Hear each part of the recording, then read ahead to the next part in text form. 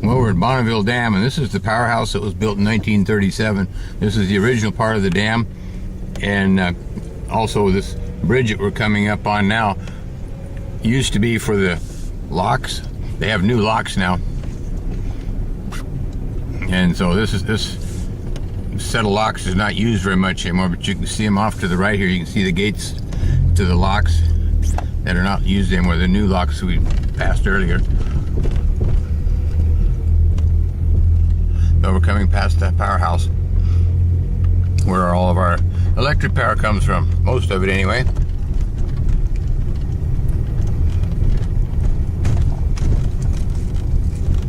You actually drive across the front of the powerhouse, and I guess we got room enough for past somebody here. Hope so.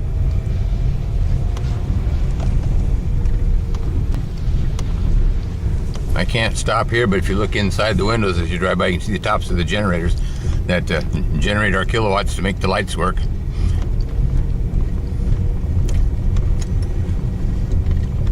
And we're driving across the original powerhouse from 1937. And I don't remember anything but Bonneville Dam being here. I remember the Dalles Dam being built in 1956. We went to Utah from Astoria, and Celilo Falls was still there at that time. And now the Celilo Falls is underwater, and the Indians have to do their fishing by other means. They got some slow pedestrians here, it says, so we gotta make sure you don't run over these slow folks.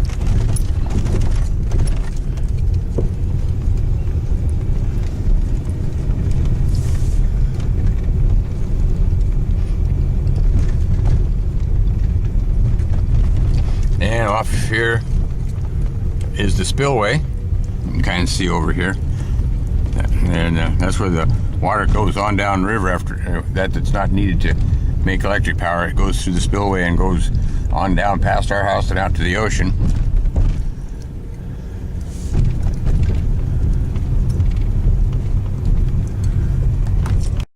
Well, you look at this right here. This is one of the blades and propellers that the water turns to make power. So this is one of the blades out off the bottom of the generators. One of the generators has been replaced for some reason or other, and so they made a display out of it. This is the back side of the powerhouse where we just drove across the front of it a few minutes ago. Anyway, this is the back side of it, and then right here in front of where those two cranes are is where the old locks were. They're still there, but they don't use them anymore. The new locks,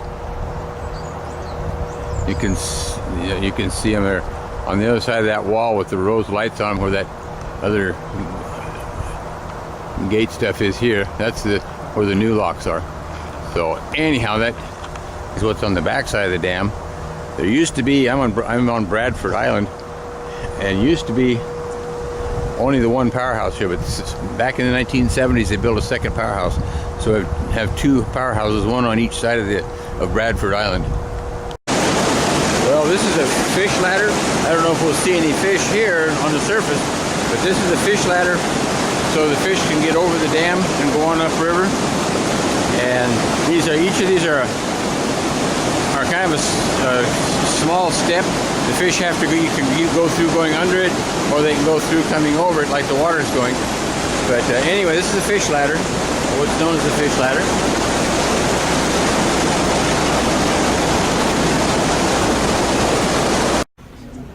Well, this is in the bottom of the fish ladder. You can see there's some fish in there.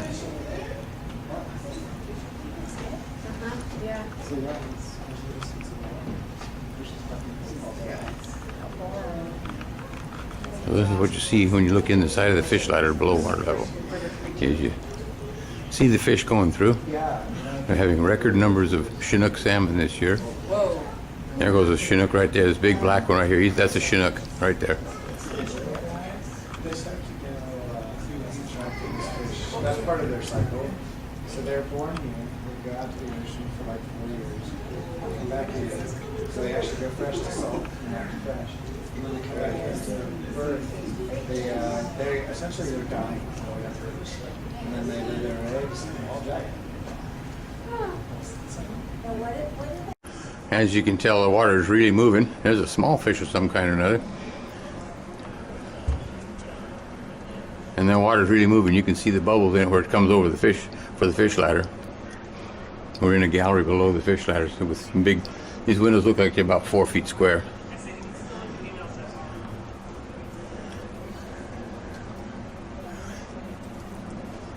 As I mentioned earlier, I think somehow the salmon know where they were hatched. And in the natural cycle of things, the wild fish, they'll go right back to where they hatched as eggs way back when. And after being 4 years in the ocean, they still remember where they hatched from. They'll go back to the exact same spot. There's a hatchery here, which we got earlier. Got some video of the hatchery fish trying to get back into the hatchery. Good batch of fish.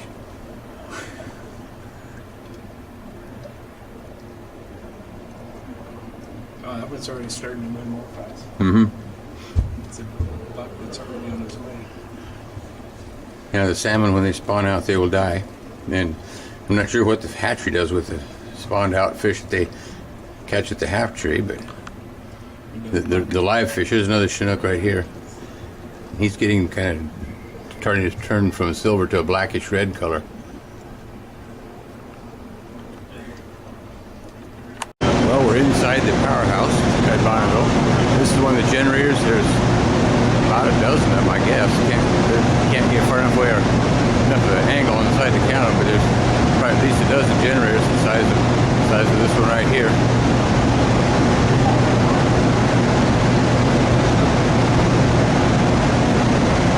And the display here shows the generators from years ago with a better angle than I've got.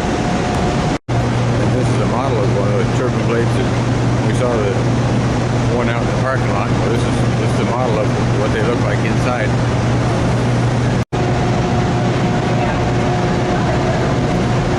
Well, this is kind of a cross section of one of the generators. The generator's right here. The water comes in down here, spins the turbine, makes the current, and then it goes on downriver right here. And you can see that the generator is actually quite tall. Here's some photos on the wall of building the dam right here. Here's these guys got a big bucket of cement that they're pouring in. And here's the generators under construction here. When the Bonneville Dam Historic District been placed on the National Register of Historic Places by the United States Department of the Interior in 1986. They got a plaque here on the side of the powerhouse. Well, this is the spillway. You can see some of the gates. Some of them are partly open, some of them are closed. But this is the spillway. This is the water that's going through that is not going to be making electric power. And then about 30 years or so ago, 30, 40 years ago, on the Washington side, they added a second powerhouse. And I think maybe we'll see if we can get a chance to go over there. Well, this is the bottom of the fish ladder. It goes down, goes around the corner, down to river level down there. This is how your fish get through. They swim upstream through these. Well, this is a better view of the spillway. We're on the Washington side now. We're going to go to the North Powerhouse. But this is the spillway, and you can see the water coming through in places. So anyway, that's why we stopped here. We're going to see the whole dam, not just half of it. Well, this is the downstream side of the North Powerhouse. This powerhouse, I'm not really sure when it was built. I'm thinking the 1970s. But anyway, this is the North Powerhouse, and we're going to be up there in just a minute. So we'll see you then.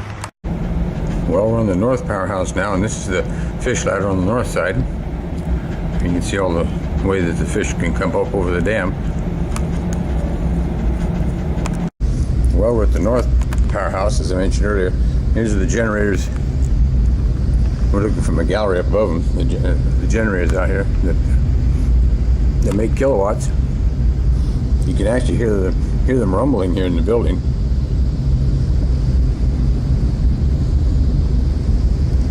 Looks like there's about 8 of them.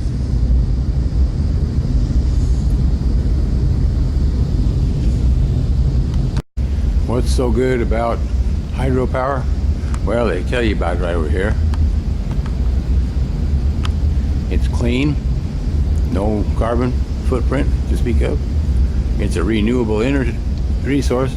Columbia and Snake River water flows downriver through dam after dam to produce electricity. It's efficient. Hydropower generators can start and stop in minutes, making it easy to meet changing energy demands, and it's economical. Hydropower is not expensive to make. The source of energy, the water, is free and arrives at the power plant on its own.